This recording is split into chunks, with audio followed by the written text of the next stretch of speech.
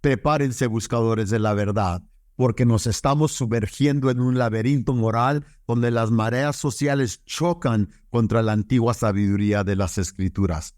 ¿Recuerdan los viejos tiempos, hace 50 años, cuando seguir la Biblia era la respuesta automática? Sí, esos días son polvo. El analfabetismo bíblico se está disparando. El alfabetismo teológico se está hundiendo más rápido que una piedra. Y la iglesia perdida en el desierto ético. Las presiones sociales golpean a la iglesia como olas implacables. Las denominaciones se desmoronan, las iglesias se derrumban, los problemas del mundo real, disfrazados de progreso, irrumpen, respaldados por la sociedad, el gobierno e incluso la ley. ¿Recuerda la cultura cristiana? Ahora parece más un sueño lejano.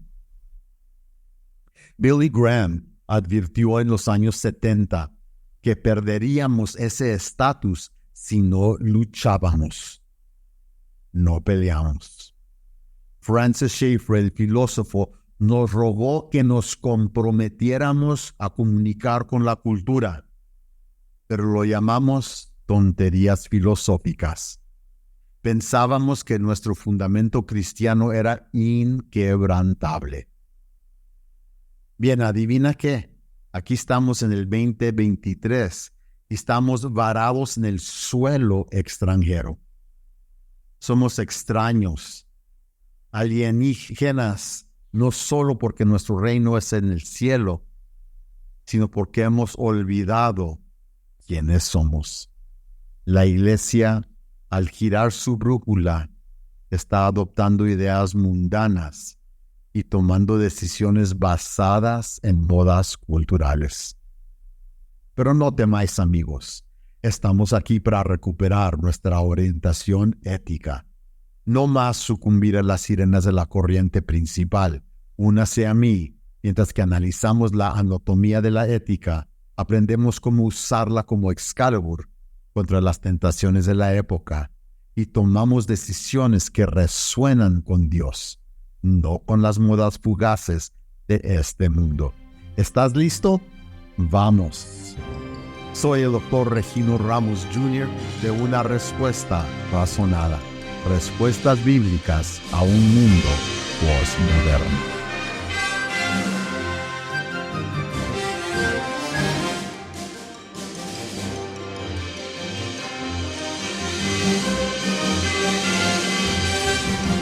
Introducción a la apologética. Aplicar la ética cristiana en un mundo no cristiano. Cuando la iglesia enfrenta decisiones difíciles. Las tranquilas aguas de la vida de la iglesia están a punto de agitarse y ser reemplazadas por un tempestuoso mar de dilemas morales. Atrás quedaron los días que se debatía sobre los colores de las alfombras y la comida de la confraternidad. En cambio, enfrentamos problemas que ponen a prueba el tejido mismo de nuestra fe. Derechos LGBTQIA y más, racismo, justicia social y otras tales cosas. Estas son meras ondas. Y aún más son tsunamis que amenazan con volcar nuestros vasos espirituales. Los medios de comunicación, que a menudo son nuestro primer timón para navegar estas aguas turbulentas, pueden introducir a error, dominada por perspectivas contrarias a los valores tradicionales. Ofrece arenas movedizas, no tierra firme. Hoy defienden las fronteras abiertas. Mañana denuncian el crimen que supuestamente alimenta. ¿Recuerdan sus recientes pronunciamientos sobre el desfinanciamiento de la policía? Sus mares volubles nos dejarán temblando. Tomemos, por ejemplo, la ciudad de Nueva York, que alguna vez fue una sirena para el desfinanciamiento policial, ahora desesperada por refuerzos. Las complejidades morales son como los derechos LGBTQ y el racismo sistemático, y estas exigen una exploración más profunda que lo que hicieron en Nueva York. Antes de sumergirnos en esta ética, anclemos primero en una comprensión firme de la ética. Solo entonces podemos capear la tormenta con fe, claridad y convicción. Pensemos en la ética como un paraguas. En nuestra sociedad posmoderna y relativista, cada paraguas representa un cierto conjunto de estándares que tienen un grupo en particular. Algunos de los grupos tienen puntos de vista similares, al igual que hay paraguas del mismo color. Otros tienen puntos de vista muy diferentes. Podemos ver la ética como este gran paraguas, y este es el sistema social establecido por cualquier grupo que tiene puntos de vista moral. Bajo el paraguas están todos los valores morales que el grupo tiene. Este es el marco de comportamiento de este grupo que considera aceptable. Este marco proporciona a las personas las herramientas para tomar decisiones. El incumplimiento de las exigencias del marco podría provocar la expulsión del grupo. Estos valores presionan a todos los que estén debajo para que permanezcan dentro de los límites. Los paraguas fueron diseñados para mantener a los que están bajo a salvo de los elementos particulares de ese grupo. Ahora tomemos esto. Por ejemplo, el grupo más grande y más fuerte del mundo sería el gobierno, o quizás en el futuro un gobierno mundial. Y bajo ese gobierno encontramos un sinnúmero de paraguas. Ahora supongamos que cada grupo tiene su propio paraguas de ética, pero todos están bajo el paraguas más grande del gobierno. Observe que algunos están bajo de otros paraguas azules y otros tienen una parte bajo de uno, etc. El grupo más grande y más fuerte del mundo, el gobierno, es el que ejerce el poder sobre los demás. Ahora note las flechas rojas. Cada paraguas está bajo otros y el paraguas que está por arriba de ellos exige sobre ellos. Pero el gobierno es el paraguas sobre los demás y así fluyen las decisiones éticas. Esto significa que el resultado de las decisiones está influenciado por esos otros paraguas y en última instancia influenciado y controlado por el gobierno. Así es como funciona la ética. La ética de uno siempre está bajo la ética mayor que existe. Y si hay una ética sobre todo el universo, sería la ética mayor. Ahora, el problema en los sistemas sociales es quién fija las normas morales, incluso para el gobierno. Cualquier estándar moral establecido por cualquier institución que no tenga el poder infinito solo tiene una capacidad finita para hacer cumplir esos estándares. Si bien pueden utilizar la coerción y la fuerza, en última instancia no tienen poder. Recuerde, violar cualquier estándar moral que puedan establecer tiene que tener consecuencias y en el esquema eterno de las cosas no tienen poder. Este es el dominio de Dios. O sea, lo eterno es el dominio de Dios. ¿Quiénes establecen estos estándares? Sí, si se basan en la sociedad, son, en el mejor de los casos, temporales y arbitrarios. Se guían por el relativismo y pueden cambiar en cualquier momento. No pueden hacer que estos estándares se apliquen a todos. En otras palabras, esos estándares no son universales. Para que una norma se aplique a todos, quien la emite debe tener la autoridad final, y esta es la autoridad universal. Deben estar por encima del universo. El único que cumple con los requisitos es Dios. Esto es la ética cristiana. Ahora, para esto agradezco a Norman Geisler por la siguiente elaboración. Cito: la ética se ocupa de lo que está bien y de lo que está mal moralmente. Cierra de cita. Para la sociedad secular, estos son estándares establecidos por la cultura. Son arbitrarios.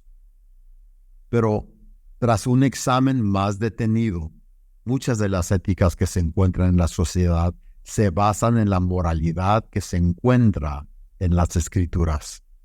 Algunos responderían rápidamente: ¿pero qué pasa con el código de Hammurabi? Estas fueron escritas en piedra antes de que Moisés le diera las leyes a Israel.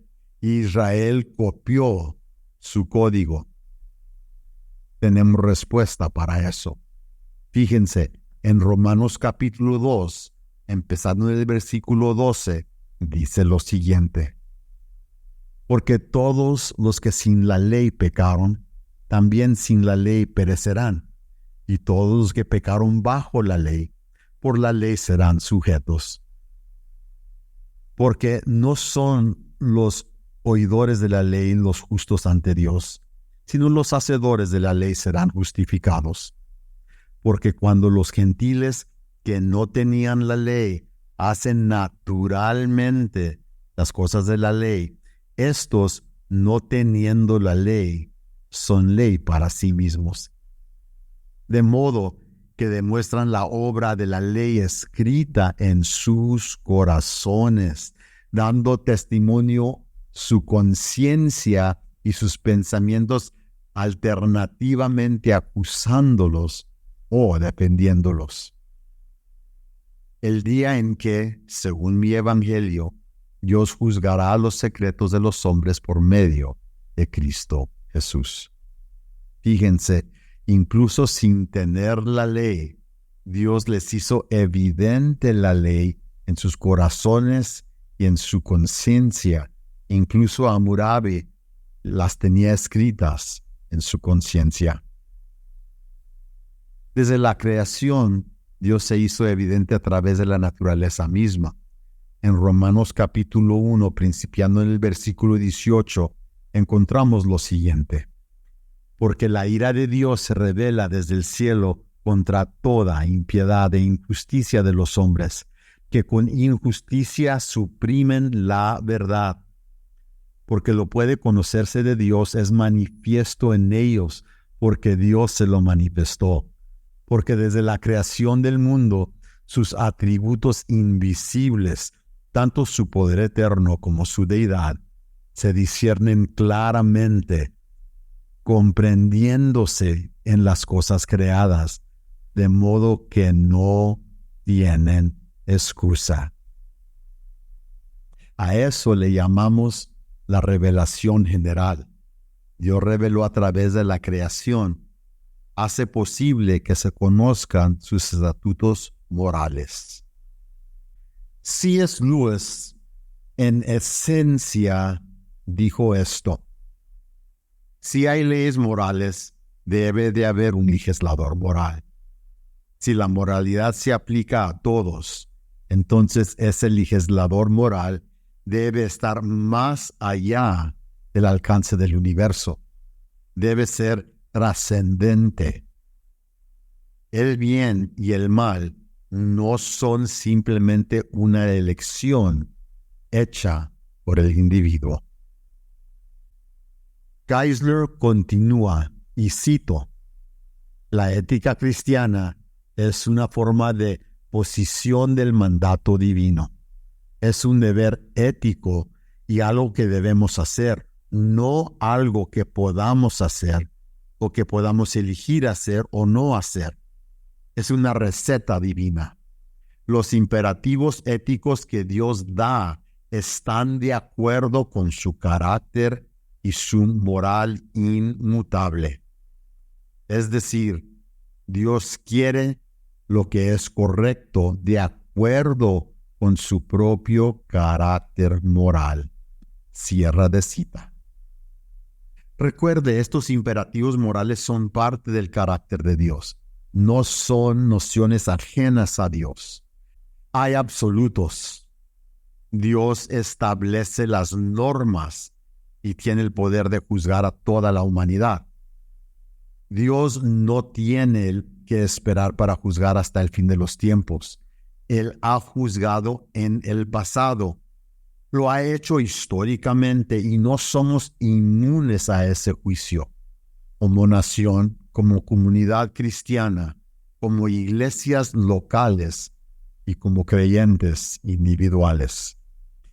La ética es prescriptiva, nos dice qué hacer, prescribe actitudes y acciones.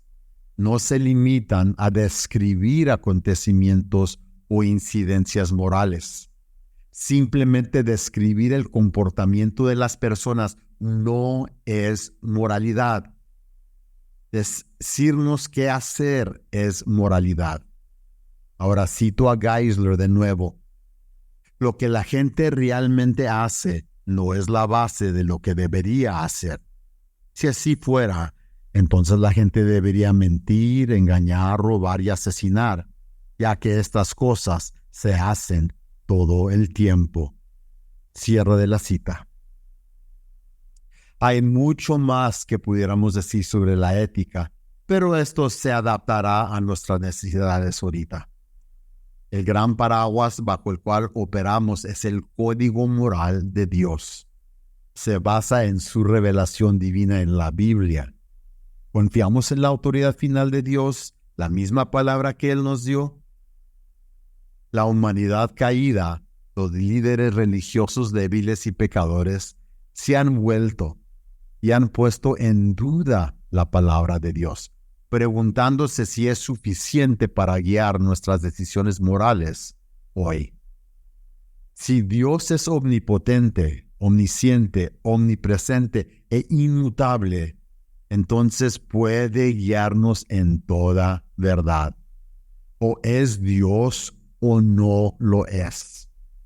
A través de las Escrituras y la naturaleza, podemos afirmar inequívocamente estos atributos. Podemos confiar en lo que dicen las Escrituras. Dado que los principios de Dios son absolutos, significa que se aplican a todas las personas, en todos los lugares, en todas las situaciones y, lo más importante para usted y para mí, se aplican en el siglo XXI. Si vamos a guardar los imperativos del mandato divino de Dios, debemos conocerlos. Hoy, entre algunos, la tasa de analfabetismo bíblico supera el 70%. Esto es asombroso. Por eso muchos no son capaces de tomar decisiones éticas. ¿Debería robar en el trabajo? Nos sorprendería ver cuántos justificarían hacer esto. La empresa tiene mucho dinero y yo no. Tomar eso no les hará daño. Y si hago trampa en este examen, todo el mundo lo hace. Ahora, estos son pequeños dilemas morales. ¿Qué pasa con los grandes? Luego está la cuestión del alfabetismo teológico. Muchos no entienden. ¿Está Dios más allá del universo o es Dios simplemente más grande que el mundo, pero el universo es parte de Dios? ¿Conoce Dios todas las cosas, pasadas, presentes y futuras, o solo el pasado y el presente, ya que el futuro no ha ocurrido? Estos, entre otros, forman el fundamento de las malas decisiones éticas que han tomado las iglesias y las personas. Los líderes religiosos han tomado muy malas decisiones y muchas iglesias les han seguido sin cuestionarlas. Aquellos que han cuestionado se han preguntado quizás si tal vez esos líderes tengan información privilegiada sobre una nueva forma de entender la palabra de Dios. Podemos ver estas decisiones en las áreas del racismo, la justicia social y la aceptación de lesbianas, gay, bisexual, transexual, etc. y mucho más. Ahora, ¿qué de los derechos de la LGBTQIA, de las lesbianas, gay, bisexual, transexual, etc.? La mayoría de nosotros conocemos a una persona que es homosexual practicante. Estas personas sí poseen la imagen de Dios, pero muy estropeada. Debemos amarlos y testificarles, presentarles la verdad de la palabra de Dios, haciéndolo con mansedumbre y gentileza. Pero esto no significa que debemos aceptar su estilo de vida como algo normal. Es un estilo de vida aberrante que está claramente condenado por Dios. Ahora, Dios nos ha proporcionado detalles bajo su paraguas. Nos ha dado una moralidad para que ensayemos la ética. Dios se opone a la desviación sexual. Fíjense, en Levíticos 18:22 en adelante dice lo siguiente: no tenga relaciones sexuales con un hombre como se tienen con una mujer. Esto es detestable. No tenga relaciones sexuales con ningún animal, ni te contamines con él. La mujer no debe presentarse ante un animal para tener relaciones sexuales con él. Esto es una perversión. No os contaminen de ninguna manera, porque así se contaminaron las naciones que voy a expulsar delante de ustedes. Y Dios fue muy claro en Levíticos 20, versículo 13. Dice así: si un hombre tiene relaciones sexuales con un hombre, como se tiene con una mujer, ambos han hecho lo que es abominable. Se les dará muerte, su sangre recaerá sobre sus propias cabezas. Si bien es posible que no los matemos hoy en día, pero está muy claro que la homosexualidad es mala y detestable, una abominación. Ahora, las palabras en hebreo para relaciones sexuales son yizkab et, y estas en combinación significan se acuesta con, que significa y tiene por entendido en el hebreo sodomía o relaciones homosexuales. Para ello, no hay otra manera de interpretar estas palabras.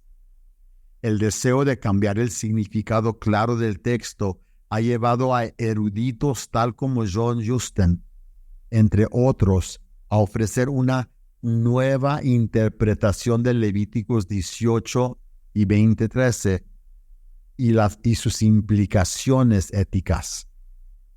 Ahora, John amplía el pasaje de Génesis 49, versículo 4, y aquí en este pasaje encontramos que Rubén tuvo relaciones sexuales con la concubina de su padre. Y esta ilustración la usa John para decir algo de Levíticos 20:13 y 18:22. Ahora, recordemos que Rubén estaba casado. Ahora continúo con el pensamiento de John. Para él, esto simplemente significa, sea Levíticos 20:13 y 18:22, donde habla de relaciones sexuales entre hombres. Él dice que simplemente significa que un hombre no debe tener relaciones sexuales con un hombre casado. John afirma que solo prohíbe las relaciones homosexuales con un hombre casado. En otras palabras, él, este supuesto erudito bíblico, está aprobando de relaciones homosexuales entre hombres no casados. Ahora, John también reevalúa, para tener más soporte para su posición, el incidente en Sodoma y Gomorra y Lot. El autor no interpreta el intento de los hombres de Sodoma y Gomorra tener sexo con los ángeles. Eran como hombres, no incorrecto porque fue homosexual. Para él fue incorrecto porque fue violación, o sea que no fue sexo consensual. Si los ángeles hubieran querido tener sexo con los hombres, y los ángeles vestidos de hombre, eso no hubiera sido pecado para John. Ahora, incluso John pone en duda que los ángeles parecían hombres. Esto viola el texto mismo. Ahora, ese mismo artículo de John amplía el punto de implicar que la relación entre David y Jonatán era más que muy estrecha. John dice, y le cito, y es difícil saber si tenía un aspecto sexual. Cierra de la cita. Dios ha establecido el estándar. El código moral estaba claramente establecido, pero el hombre caído hará todo posible para satisfacer su pecaminosidad. Si Dios prohibió bajo pena de muerte esta actividad, entonces nuestra respuesta ética es evitarla como algo abominable ante Dios. Si tuviéramos solo 1 o 2 pasajes en los que confiar, eso sería una cosa, pero hay más.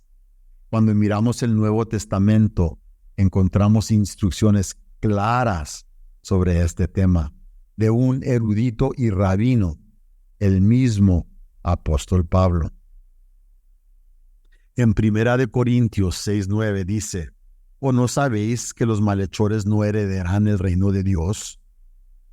No os dejáis engañar, ni los fornicarios, ni los idólatras, ni los adúlteros, ni los que tienen relaciones sexuales con hombres, ni los ladrones, ni los ávaros, ni los borrachos, ni los calumniadores, ni los estafadores heredarán el reino de Dios.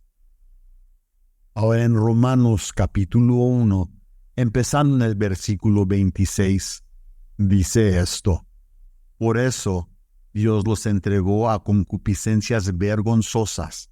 Incluso sus mujeres cambiaron las relaciones sexuales naturales por otras antinaturales. De la misma manera también los hombres abandonaron las relaciones naturales con las mujeres y se encendieron en lujuria unos por otros. Los hombres cometieron actos vergonzosos con otros hombres y recibieron en sí mismos el castigo debido por su error. Además, así como ellos no consideraron que valiera la pena conservar el conocimiento de Dios, así Dios los entregó a una mente depravada para que hicieran lo que no se debe hacer. Como podemos ver, el código moral de Dios aquí es claro y depende de nosotros actuar según Él. Eso es, nuestras acciones éticas deben estar guiadas por la palabra de Dios. ¿Qué pasa con el racismo y la justicia social? Aquí es donde ha entrado en juego la teología de la liberación. La teología de la liberación surgió a mediados del siglo XX en Latinoamérica como un poderoso movimiento que vinculaba la fe cristiana con la justicia social y la liberación de los oprimidos. Inspirados por la opción preferencial por los pobres descrita en las Escrituras, teólogos como Gustavo Gutiérrez y James Cone reinterpretaron la Biblia a través del lente de los marginados, exponiendo estructuras económicas y políticas injustas que perpetuaban la pobreza y el sufrimiento. Basándose en aspectos de análisis marxistas, identificaron la lucha de clases como una fuente clave de opresión, criticando la explotación de la clase trabajadora por parte del capitalismo y su concentración de riqueza entre la élite. La teología de la liberación no adoptó simplemente la ideología marxista, sino también enfatizó el papel de la fe y el amor y en el logro de la justicia, manteniendo que la idea de la dignidad humana y la voluntad humana que contrastaba con el ateísmo de Marx. Está una combinación única, es combinando los valores cristianos y la crítica marxista. Esto impulsó movimientos a favor de la reforma agraria, los derechos de los trabajadores y la participación política, inspirando a innumerables personas a luchar por un mundo más justo y equitativo. Y escuchamos esa frase mucho en los medios de comunicación. Por muy bien intencionado que esto pueda parecer, debemos recordar que Marx era ateo, despreciaba el cristianismo y el evangelio. Sintió que el cristianismo era la razón de la opresión y lo comparó con una droga que mantenía subordinados a los oprimidos. Ahora, Paulo Freire, en el campo de la educación, a principios de los años 1960, redefinió el papel de la iglesia y llegó incluso a darle a la Pascua un nuevo significado. Véase el libro de él intitulado La política y la educación, especialmente el capítulo 10. Él sentía, basándose en la teología católica de la liberación, que la iglesia tenía un papel profético, pero no para predicar el evangelio. Para él lo profético era liberar a los oprimidos de los sistemas capitalistas. No interpretó la Pascua en el sentido bíblico de la muerte, sepultura y resurrección de Cristo como el mensaje final de salvación. En su opinión, el cristianismo era muy necrofílico en su énfasis en la muerte de Cristo. Para Freire, cada persona tenía que tener su propia experiencia individual de lo que él dijo en la Pascua. La persona muere a sus viejas ideas de justicia, religión y cristianismo y resurge o resucita con nuevas ideologías de liberación. Las ideas marxistas que necesitábamos para defender a los pobres y socialmente oprimidos en lugar de predicar a Cristo y su evangelio de salvación. Salvar a una persona de la pobreza y la opresión era la cuestión clave y el mayor pecado era oprimir a alguien. Esto no es lo que nos dicen las Escrituras. Nos dice que todos pecaron y están destituidos de la gloria de Dios. El hombre tiene una naturaleza pecaminosa que solo puede ser eliminada mediante la cruz de Cristo.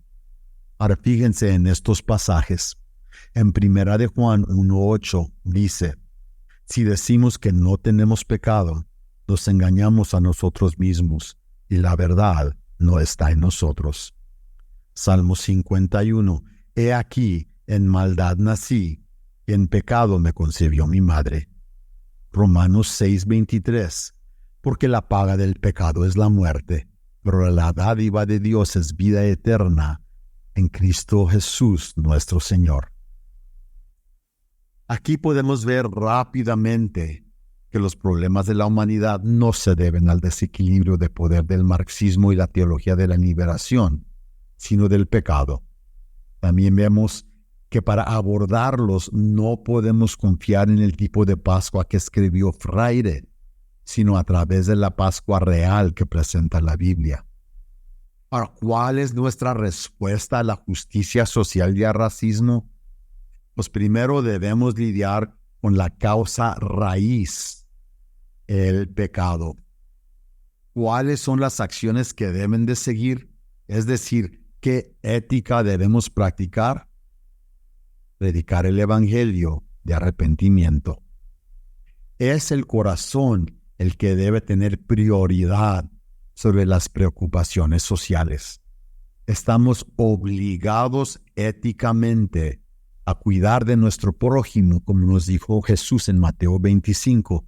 Empezando del versículo 35, dice lo siguiente: porque tuve hambre y me diste de comer, tuve sed y me diste de beber, yo era extraño y me invitasteis a entrar, desnudo y me vestisteis, estuve enfermo y me visitasteis, yo estaba en la cárcel y vosotros vinisteis a mí. Entonces los justos le responderán diciendo: Señor, ¿cuándo te vimos hambriento y te alimentamos? ¿Cuándo sediento y te dimos de beber? ¿Y cuándo te vimos forastero y te invitamos a entrar? ¿O desnudo y te vestimos? ¿Y cuándo te vimos enfermo o en la cárcel y vinimos a ti? Y respondió el rey y les dirá: en verdad os digo, en la medida que lo hicisteis a uno de estos hermanos míos, incluso los más pequeños, a mí lo hicisteis. Debemos cuidar de nuestro prójimo, pero en ninguna parte nos dice que tenemos que liberar a los que están oprimidos o lidiar revoluciones o derrocar el evangelio por otro evangelio. Nuestra responsabilidad ética como iglesia y como cristiano es predicar el evangelio como medio principal de cumplir la gran comisión en Mateo 28. Debemos ir hasta los confines de la tierra, bautizando, predicando, discipulando a nuevos creyentes. Este es nuestro llamado.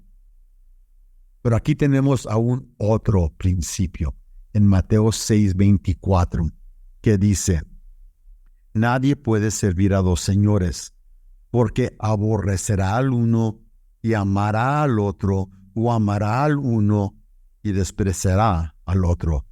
No se puede servir a Dios y a las posesiones. Debemos primero servir a Dios y no a nada más.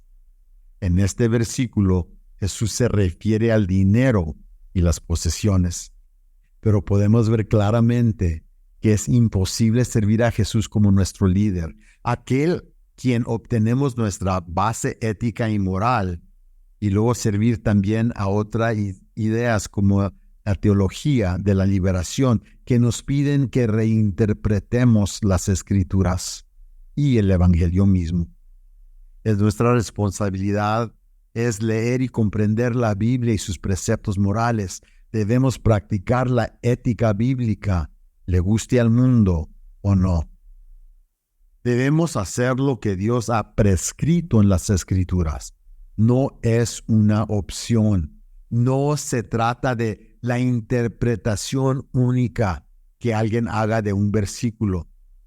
Si Dios lo ha dicho, y si somos la iglesia de Jesús, entonces debemos hacer lo que Dios desea o afrontar las consecuencias.